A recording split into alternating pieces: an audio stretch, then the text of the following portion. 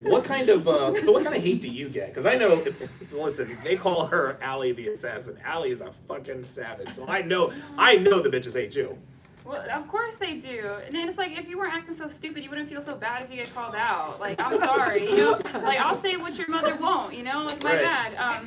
No, but actually, like, the hate is really hard for me. I didn't know that I was going to end up doing the social media influencing thing. I just felt bad that there were other women that were misguided like myself. I was like walking red flag. I didn't have any feedback. I basically raised myself. I was a latchkey kid. So at the age of 7, I was doing my own laundry. I was also cooking, and I was also my mother's emotional support in many ways. I was raising her. So I saw that, and I'm like, no, I'm smart enough to help other women out. So let me go ahead and let me go do that.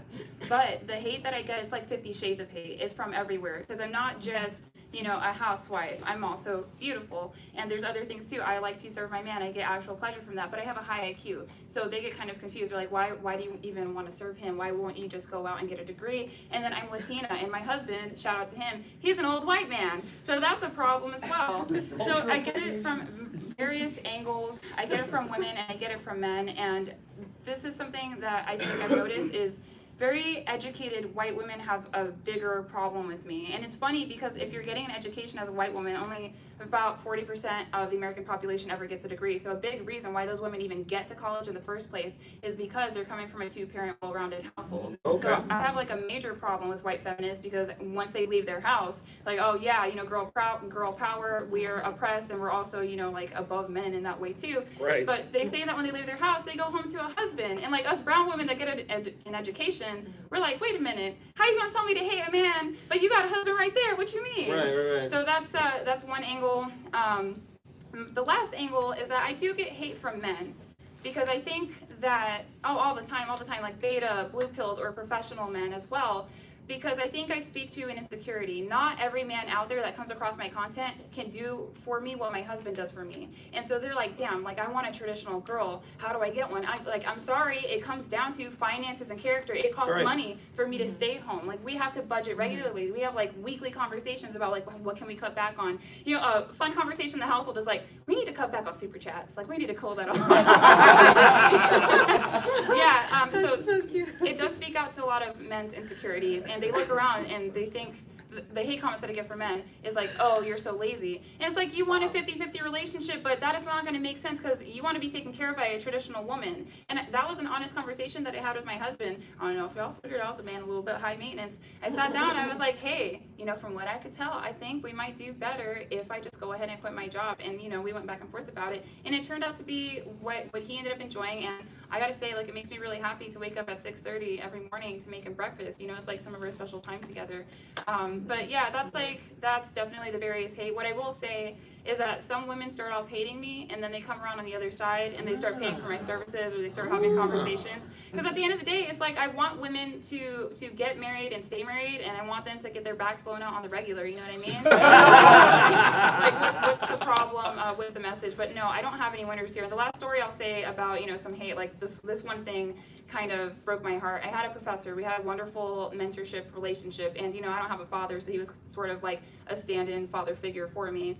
And he looked at me, and we were talking about, you know, the stuff that I do in the manosphere, because obviously, I don't know if you guys know this, academia associates you guys with a mass shooter. Like, you got to do some research. There's an actual, Elliot Rodger.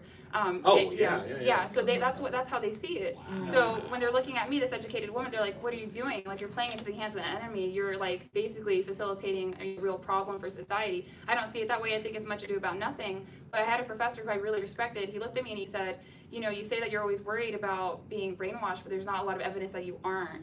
And that really broke my heart. And he said that he sounded like I was in a cult. But, you know, my God. That's like a lot of men that are just in denial about their masculinity. Masculinity is good. Masculinity keeps me safe. It keeps me protected. I mean, you know, even if my husband wasn't in this room, like, I think you need a good man to protect you from a bad man. So I'm sure, like, any one of you in here would probably help me out if I really needed it. Maybe. So, yeah, maybe yeah. So that's the 50 Shades of Hate for you guys. Okay, very good. All right, so Dev, your boyfriend is the great and powerful Donovan Sharp. Oh yeah, correct. Jesus Christ, that would be crazy. So what kind of hate do you get from the outside? I don't really know because I'm on social media. I'm not a content creator. I never asked to be here.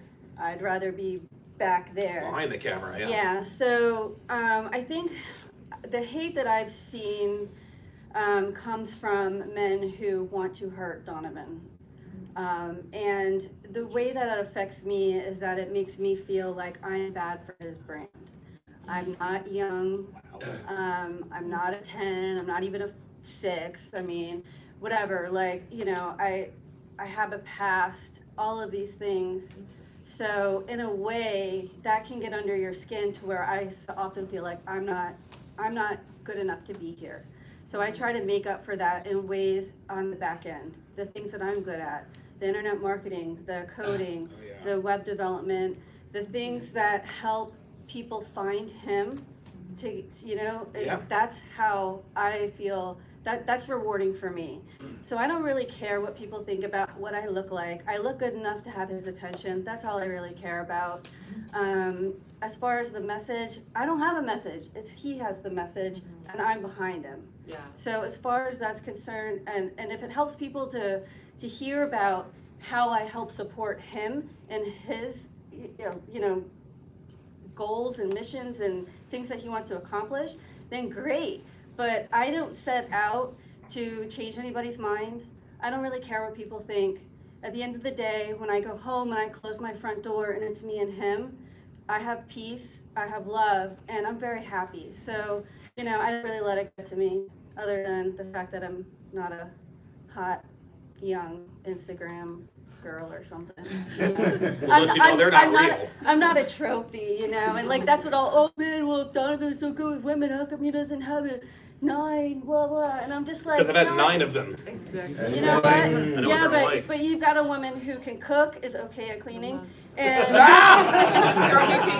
terrible at laundry. Oh yes, my God. but very good at helping him make money. Yes, So, I'll take that. I'll take that. I will sacrifice laundry at the altar of the almighty dollar. 100%. And I think that that's a huge thing. Even my guy who's 26, he told me is like, your love for me will outweigh and your devotion to me will outweigh anyone's looks anytime. Yeah. And he told me, he's like, I will never leave you for no. Like I wouldn't. No, Right. he might. You know. But that's what he's saying at 26. So I think that's pretty good, even if he's flirting with that idea, right? Sure. Like that your value, what you bring to the table, is and you're still a gorgeous woman. I don't care about, you know, that what people say. So She's aight. not bad for 45. and I can help you with the laundry if I got you. She needs it. So we're gonna round for third and head for home here. We got about 10 minutes left. So Pearl, you have experienced a recent surge in subscribership. You've done very, very well. Because all of us, I guess we're one, and then you guys, what do you hope to accomplish with your influence, your YouTube channel, etc.? And it's okay to say you want to make money. Oh, I definitely want to make money. Yeah. I'm not gonna hide that. But what really actually keeps me going, I've always felt like I can talk to women.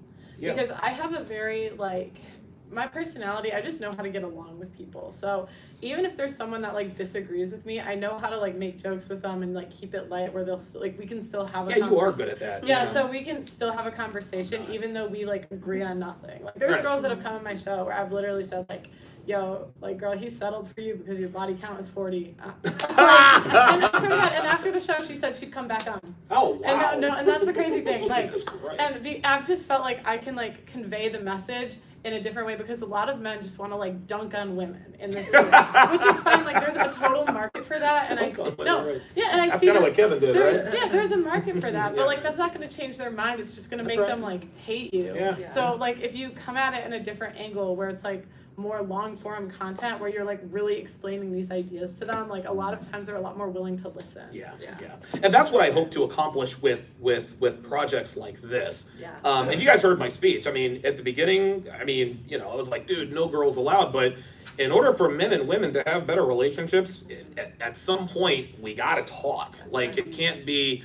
We can't just complain about each other in our own little spaces. And I remember Ali said one time, a lot of people like to sort of shame us. Oh, you're in an echo chamber, blah, blah, blah, blah. I like my fucking echo chamber, goddammit. But there is a difference between an echo chamber and a community. Yeah. A community to me is, listen, we're like-minded individuals. we have different ideas, and we may disagree on some of the fundamentals, but we all have the same goal, and that is the betterment of relationships between men and women, whether we agree on everything or not. An echo chamber is bitches ain't shit, and all men are dogs. Those are echo chambers. Rollo says this all the time. Real knowledge is accomplished within the crucible of debate. And I want to make this distinction before we get to Janelle. Debate is not an argument, okay? A lot of people say, Donovan, you should debate XYZ. No, you don't want me to debate XYZ person. You want me to argue with them so that you can declare a winner. That is an argument. Listen, if you want me to argue, just say, hey, we want you to argue with TFM. We want you to argue with Alex at Playing with Fire. We want you to argue with Goose Day Janice. Just call it that. Don't dress it up as something that it's not. But when you debate someone, there is no winner and loser. Yes, there is debate club at school, and there are debate competitions, but they're not really debate competitions because that's a winner and loser. Right. They're basically arguing. They're arguing as a sport, which is fine. But a debate is supposed to be the exchange of ideas, and you're assuming that you're open-mindedness enough to at least maybe add some dimension in your own opinions on certain things. Because in an argument, and I always understand this, I'm not going to change your mind, you're not going to change my mind. But maybe, just maybe, you'll make me see something I didn't otherwise see.